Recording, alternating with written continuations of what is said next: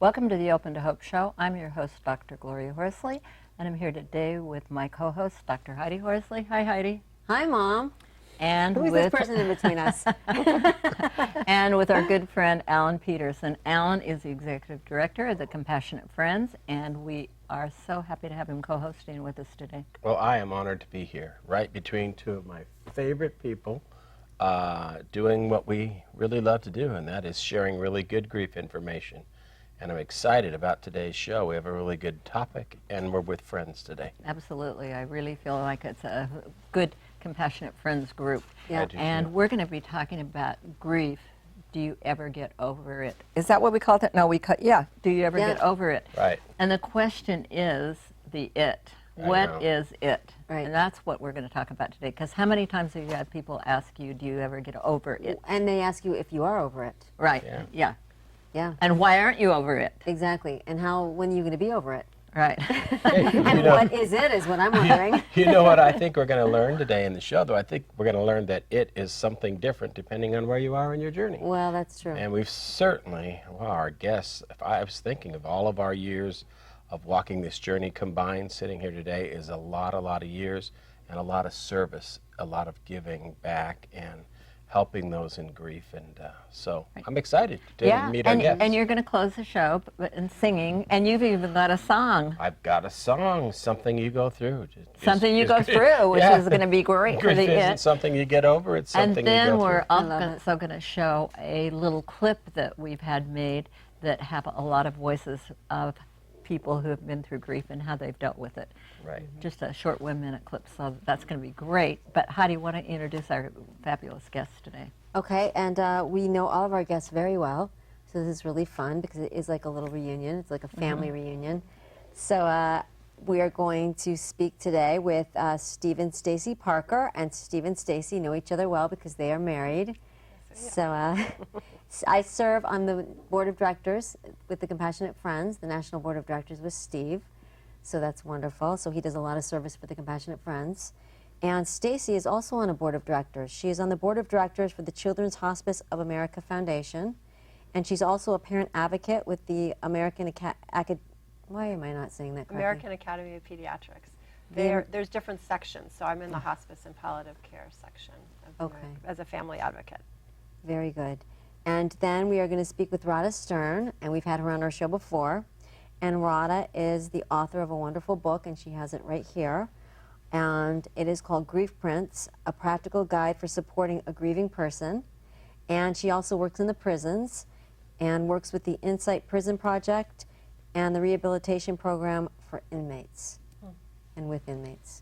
So welcome, everybody. Thank you for having us. Fabulous. Now, let's see. Steve, would you like to tell us a little bit about your daughter? My daughter, Alyssa, was born... Alyssa? Is that right? Alyssa, yes, was born about 6 hours, 8 hours into her arriving.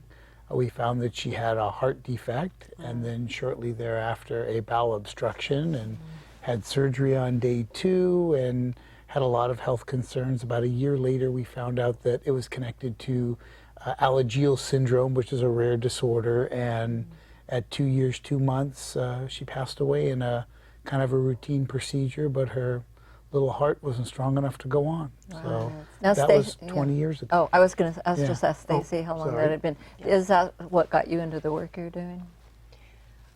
Well, so it's been almost 20 years, and it takes a long time to even be able to speak about it, and even think about going to, give your services for all that you've been through. But for me, it took quite a while, and then I was asked, I think we got involved with Compassionate Friends, and then we were asked to run our local chapter, and then we were asked to co-chair the national conference in 2004 in Hollywood, and you did California. a fabulous job. It was great. Perfect job. It was a great experience.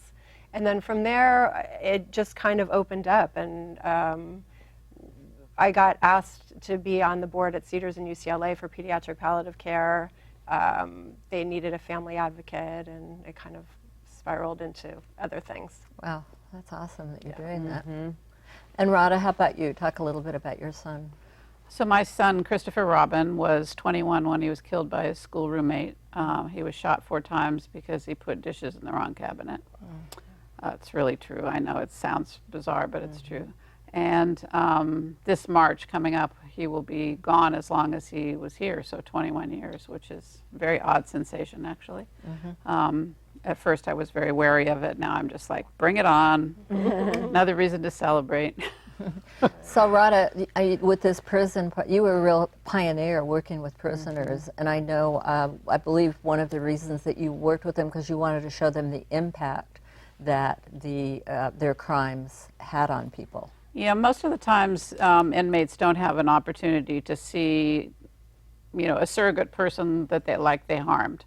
So to see a mother, be in front of them and talk about losing her son and how painful it is, really wakes them up. It's a difference between, I did it, and really understanding the consequences of the crime. So it's been very powerful on both sides. Well, and they were looking into your eyes and working with you, and you were giving back and helping them. Yeah. So it wasn't like they were looking at you and you were hostile and angry and they were saying, ugh, No. she's a horrible person, because you ended up becoming friends with a lot of these people. Yeah, and there was a group of 18 men that I first started working with the first time I went Was into that prison. scary?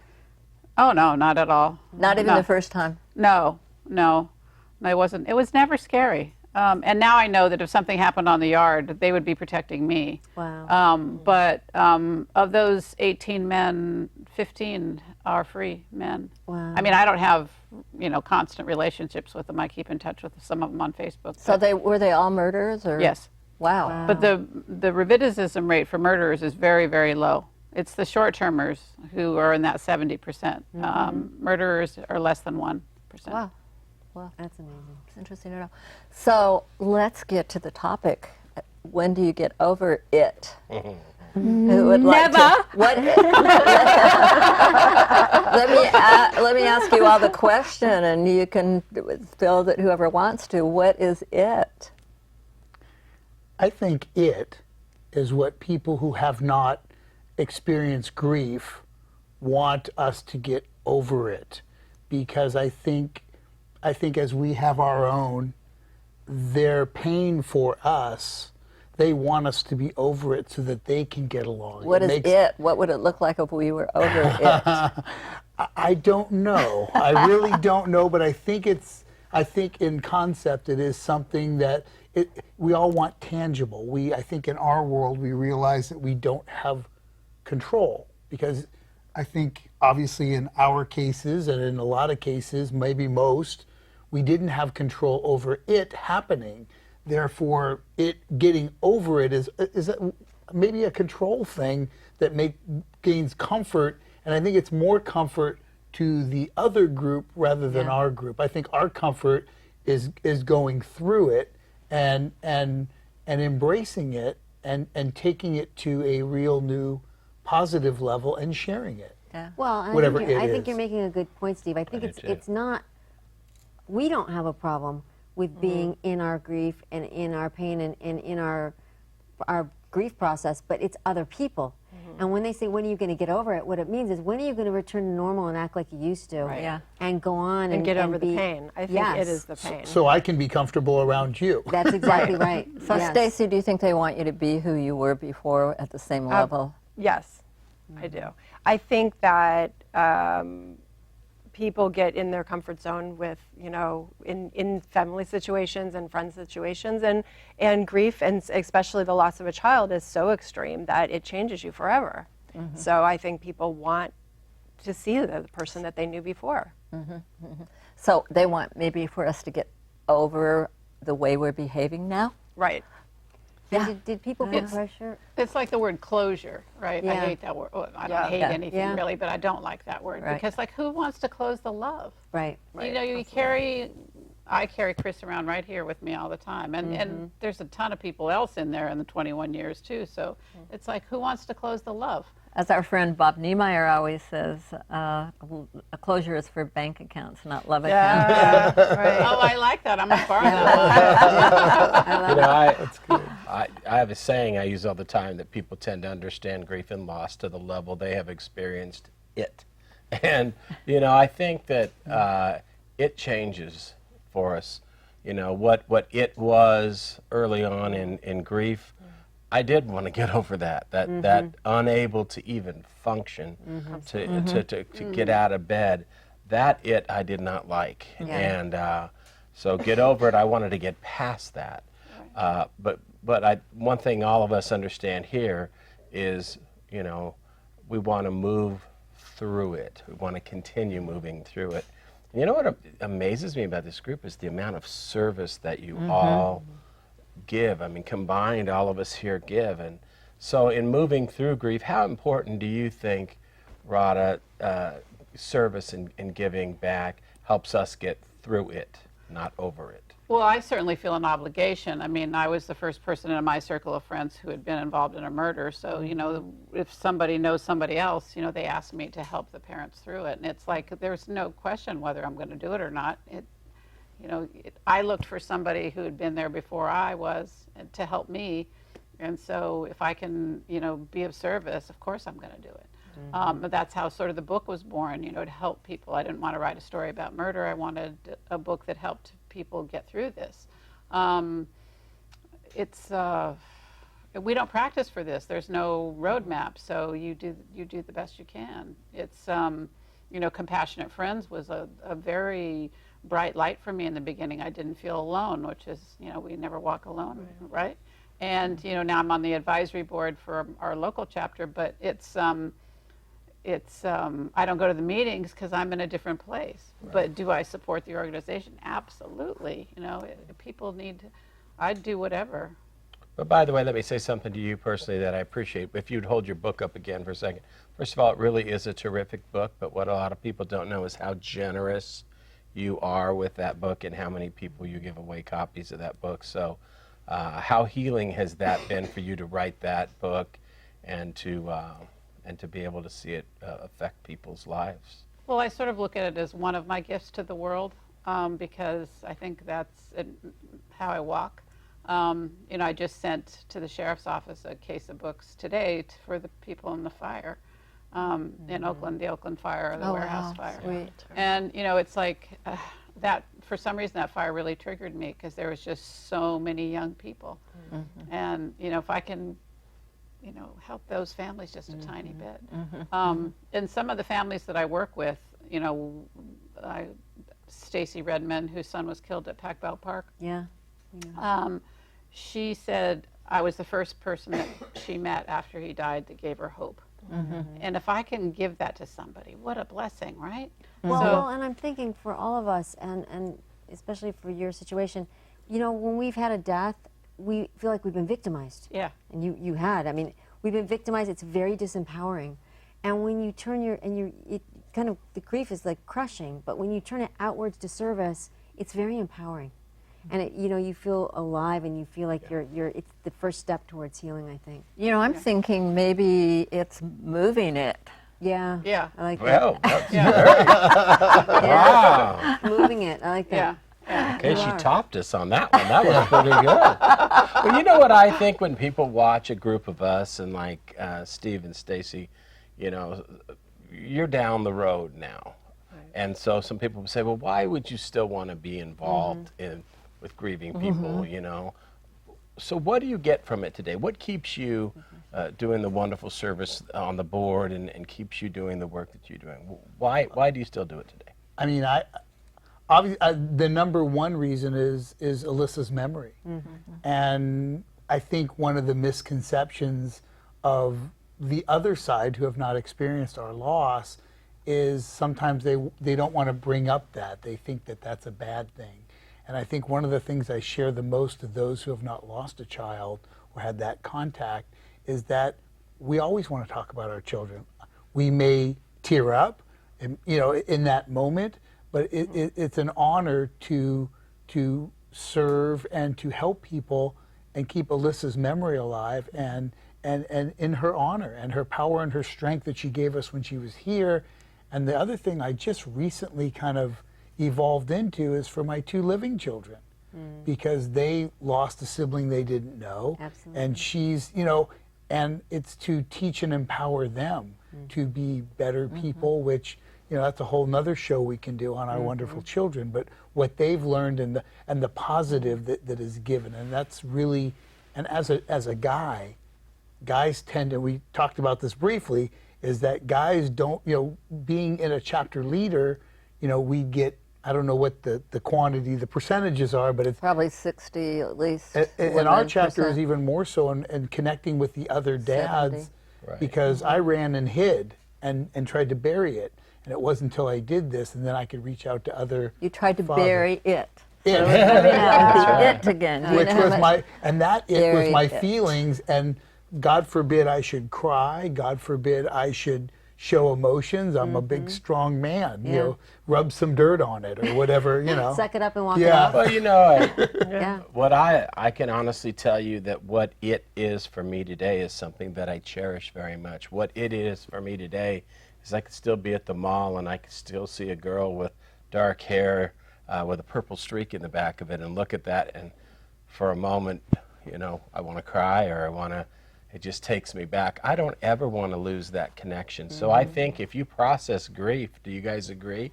And you continue to walk through grief and to give and to say their name and tell their story, that eventually it becomes the love. And we will never get over the love. The love, don't care how many years go by, I've never met a bereaved person that I said, do you love them less today than you did?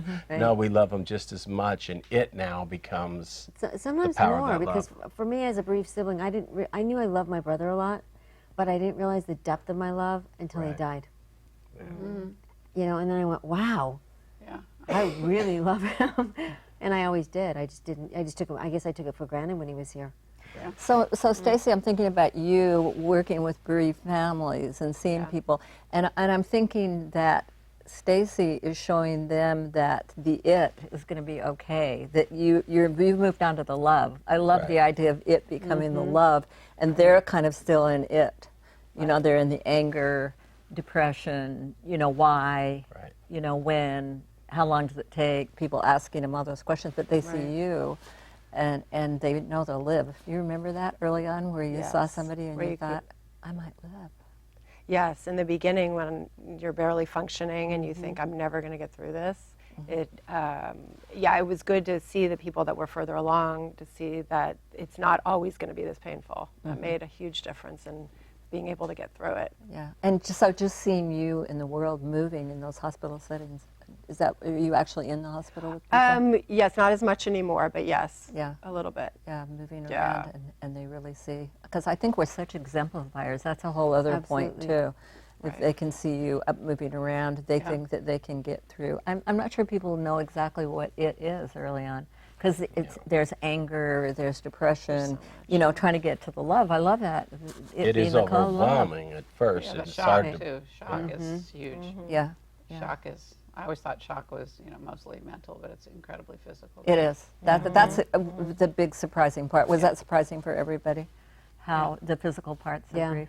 yeah, it's, we knew emotionally it was going to hurt, but we didn't know it would physically take us down. Spiritually, it can tear you apart. So it's so many things that it is overwhelming. Yet we all walk through it. And I think that's... Not everyone does. well, Sometimes no. you Some crawl. people get stuck. No, we all did, but that's right. Not everybody did. And some people chose not to get out They of kind bed. of stay with the it. They kind of... Wonder. Well, I say that to my clients when they come to my office after a death, and I say, "Wow, it's really amazing you're here today." And they say, "Well, what are the options?" I said, "You could be in a fetal position at home on the Right. floor. Right. There are other places you could be, because it does take so much energy, even to get up and get dressed and to go outside early on." And it is interesting with compassionate friends, Yeah. whether it's a national conference or even a little chapter meeting with a few people, that you do get people that, like myself, put it off. I didn't put it off as long as some people, but you have people coming for the first time 5, 10 years, Yeah. 20 years into their grief, and realizing, you really can't escape it. You have to. You have to go through it. You have to deal with it. Right. And coming and having to start your grief process that far along, to me, seems harder than, I was months out and it felt like years. I can only imagine what it would feel like if I was really years out. I was there in 2 weeks. That's amazing. That's That is. Amazing. And I'm sure you look back and say, how did I do that? Right. Well, it was really good because I didn't feel alone, but Yeah. I was really searching for things that made me feel normal, like going to get your nails done. Just something like life was normal because it was so abnormal. And, it's an odd feeling when the whole world is turning. You can all relate to this, and you're so broken. Yes. And, how we get back to that, we do. We crawl for a while. We definitely crawl. I remember initially coming out of the hospital, and it was like a beautiful sunny day, and thinking, don't you people know what just happened? It needs to be thundering Yeah. and lightning. Yeah. I know. Right, Yeah. right. Exactly. It is strange. Yeah. Yeah. Yeah. Well, and also too, when you go to we went to a support group because we had a special needs child, and as parents, you go to a support group to help your child. Right. And the whole concept of, and we discussed, it's like, no matter what we do in this stupid group you want me to go to, we can't help Alyssa anymore. And then it took a while for the realization that we were no longer helping Alyssa, we were trying to help ourselves. Right. And that's, I think obviously that's part of the process, is that understanding that, my personal belief is that she's okay now, even though she had her health concerns and all that stuff. And it was us that we were broken. Yeah. And it's not a quick process, and it's very different for everybody. So there's no, you don't get the handbook, grief for dummies or. Well, I want to talk a little bit about those early stages because it's kind of interesting looking at you as compared with Radha, because Radha got involved with a legal case, Yeah. and we had a that trial. can Yeah. really delay the grieving process. It does, because you have to, you're in fight mode. My son wasn't here to defend himself. That was my job. And, I'm pretty smart, but, you're thrown into the legalese world and you don't really know all of it. Fortunately, I had friends I could call every night and say, okay, what does this mean? What does this mean? But it was a 5-week trial. It took us 2 years to get there. Yeah. Wow. And I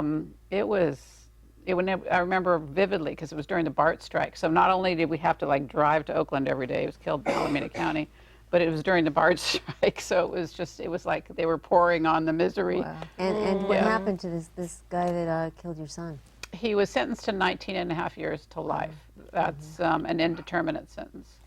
Well, we are now going to go to our video clip that we did, and you're going to hear a lot of voices on this video clip, and Alan starts with it, but you're going to have hear some wonderful voices that are going to say about their take on it, basically, how you deal with it. So thank you for watching this show today, and we want to thank all of our guests for being on the show. And Alan's going to sing for us after the video clip. And Heidi and I want to remind you that if you've lost hope, please lean on ours until you find your own. And God bless, and visit us at opentohope.com at thecompassionatefriends.org. Thank you. You don't need enough hope to get through the day. You don't need enough hope to get through a year. You just need enough hope to get through the next moment. Even though we had this thing happen to us, it also happened for us. We hold the memories of those that we cared for, that were a part in the making of our characters. And when they pass, those memories will come back when you need them. They become voices of intuition and of guidance. We want to be a lifeline for somebody else. We want to inspire others and say, we know what it's like to be where you are, but you're not always going to be there. Just take our hand, believe us. We'll take the journey with you. When life presents 1,000 reasons to mourn, show life that you have 1,001 reasons to smile. We get through this one breath at a time. We don't do it a day at a time. That's healing. That's positive, and that's what the world wants to talk about. People die. Love doesn't die. We always say, if you've lost hope, please lean on ours.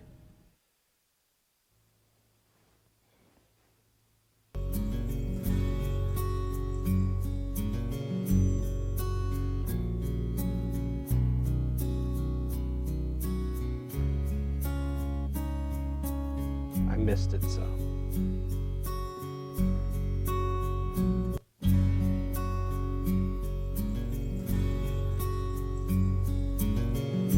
I heard a friend say the other day, she just can't get on with her life. She said, I feel stuck and I feel guilty. And I know my husband needs his wife. And I told her, grief isn't something you get over. It's something you go through. It pays no mind to the hands of time. It becomes a part of you. It's living proof love never dies. It leaves these teardrops in our eyes. You don't get over. It's something you go through. I said, friends, you know, it wasn't that long ago I lost the love of my life. That little girl of mine, oh, she was something. I still miss her every day and night. And that's how I learned grief isn't something you get over. It's something you go through. It pays no mind to the hands of time. It becomes a part of you. It's living proof love never dies. It leaves these teardrops in our eyes. You don't get over.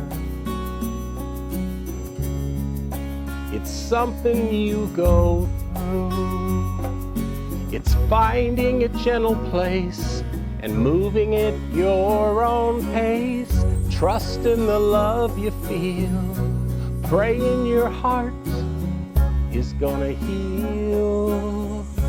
It isn't something you get over. It's something you go through. It pays no mind to the hands of time. It becomes a part of you. It's living proof love never dies. It leaves these teardrops in our eyes.